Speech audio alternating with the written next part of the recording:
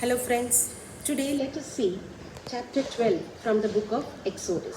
This is a very important chapter and I want you all to actually listen to it in great detail with greater interest. Okay, then we were seeing about 9 plagues till the 11th chapter.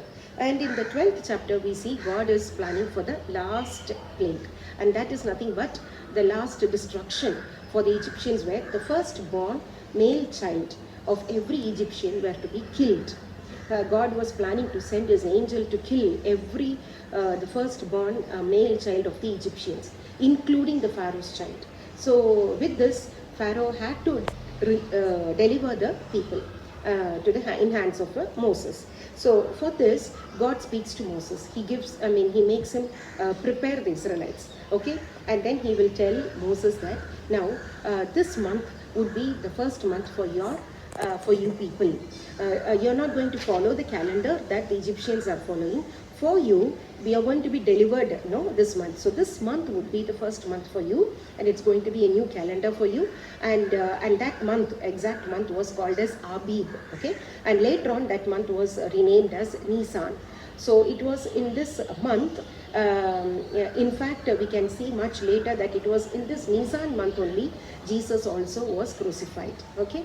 Now, so this month would be the first month, and on the 10th day of this month, the Israelites all have to get ready with a male goat, and the male goat must be 1 year old without any blemish, that is without any handicap or anything, and it has to be killed, and you people have to consume it. You should not waste anything, and if at all there is, you have to share it with the people nearby, that is the Israelites, and you have to complete it.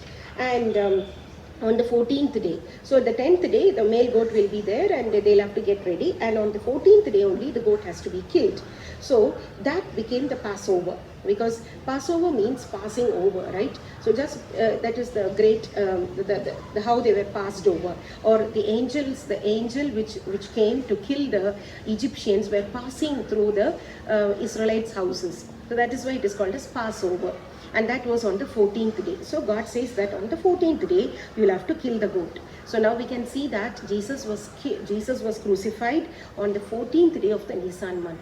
Now we can see how God had beautifully planned even things that is going to happen many years later. So God has planned. So his plans are so perfect and timing is so perfect. We really have to trust and believe in him. Okay, and God says that 14th day evening you need to kill.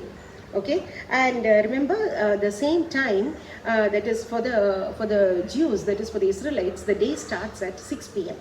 till next day 6 p.m. That's how it is. So on Monday, Thursday, that 6 p.m. after that only this Passover starts, and Jesus has his last supper. That is, this thing happened, and he was also crucified and he was also killed on that same day. That is the 14th day of the Nisan month. So we can see how beautifully it is connected. Then God says that take the blood of the goat and you have to sprinkle it on each Israelite's house. That is, on your doorsteps you sprinkle it. Before you eat, you sprinkle the blood of the goat on the doorsteps, so that when the angel passes by, the house that is sprinkled by the blood of the goat will be spared, will be saved, and the Egyptians will not be saved. So again we can see the blemishless goat is resembling Jesus, and Jesus' blood, when it is sprinkled on us, the blood of Jesus is our saving power. So with that only we are saved. So that is the connection, right? Okay, then again God says that you should not steam or fry the meat. You have to grill it. You have to grill it and you have to eat it, and you should not waste anything. Don't keep it for the next day. And then along with this meat you have to eat the unleavened bread, the bread which is not leavened, because God says you will not have time to make the bread leavening.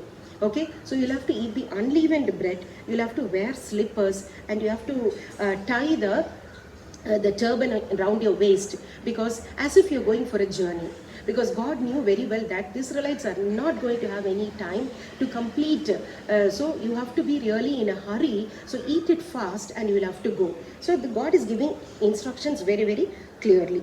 So all these are hints for what's going to happen much later, that is Lord's crucifixion and the Eucharist, which we are attending even now, which we are participating even now. Okay, now why did God say unleavened bread? As I was telling, they will not have time to make the bread leaven. They'll have to eat it very fast. Okay, then again God says for 7 days there should not be any leavened food in your houses. For the next 7 days, as you are traveling, you don't have to leaven your bread. So in many instances in the Bible, we can see the leavening, no, which means it is meant as sin. It is meant as a sin. So without sin, you need to receive the communion. That is the connection. So every time it is said that without sin, you need to receive the communion. So now again, another connection is that the host that we are having for communion, no, is made out of unleavened bread only.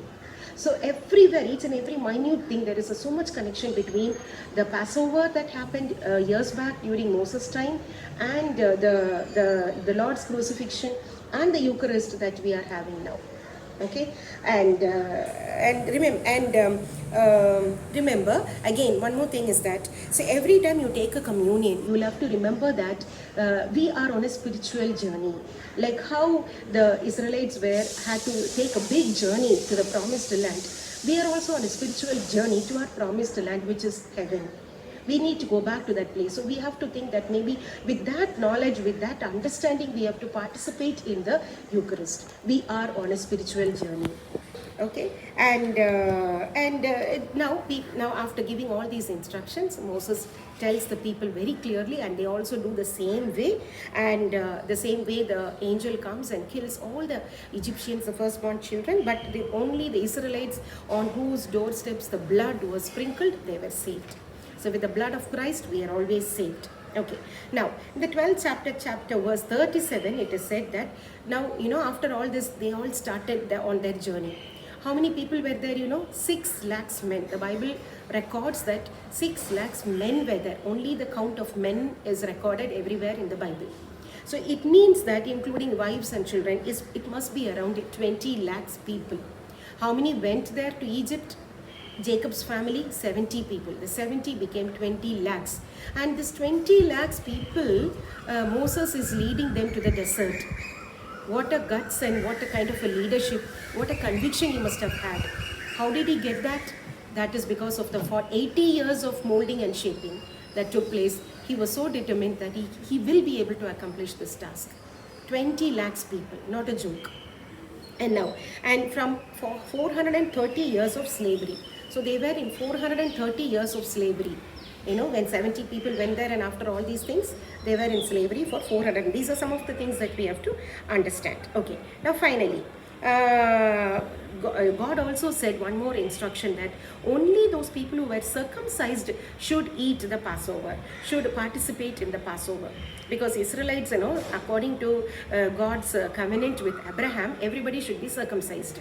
Right? So if at all you do not have, if you have not circumcised, then you cannot have the Passover, and then you will not be saved. So that is how the meaning was. Now again, the circumcision is in connection, it has a resemblance, significance to the sacrament of baptism. So here again it is said that only those people who are baptized can take the communion, can receive the communion. That is how these things came into existence. These laws, church laws, came into existence from these Old Testament incidents only. Okay, and again, finally, God also says, instructs them, when you are killing the goat, you should, should not break the bones. Without breaking the bones of the goat, you have to kill it, and then you will have to eat it. I do not know why God said so, but there is so much of connection, because goat resembles the, God, Jesus was crucified. No, he was given as the sacrifice, and it is said that none of his bones were broken.